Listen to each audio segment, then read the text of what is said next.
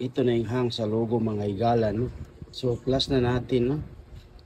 So para sa mga ganitong unit ay hard reset nyo muna para malaman nyo kung flashing ba talaga or hard reset lang. So tara na mga boss. So ito na yung pinlas natin mga higala, no? So pahabol ko lang pala bago kayo mag-flash.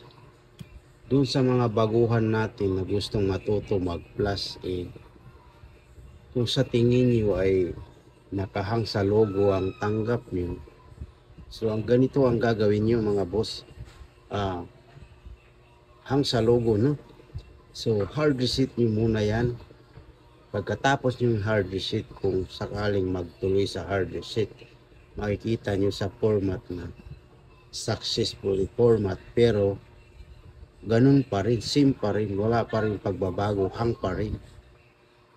Doon mo na malalaman guys na kailangan mo nang i-full flash yan.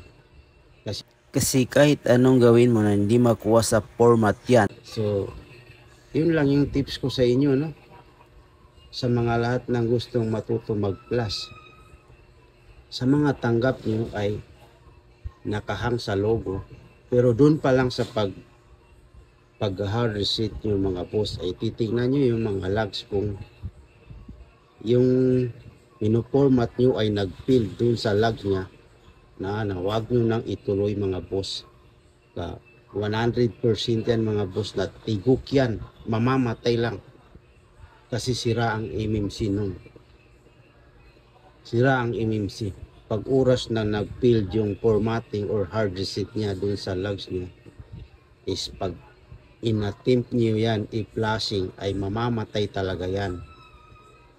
Kaya yun lang, sundan nyo lang yung video kung meron kayong mga tanggap na hang, kahit anong hang, basta ma-hard reset nyo mag-successful, yun related sa flashing yun, i-full flash nyo lang 100% pure beef.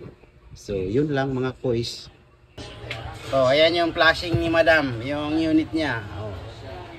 Hintayin natin kasi lumabas na yung MUI. Uwian na kasi gabi na.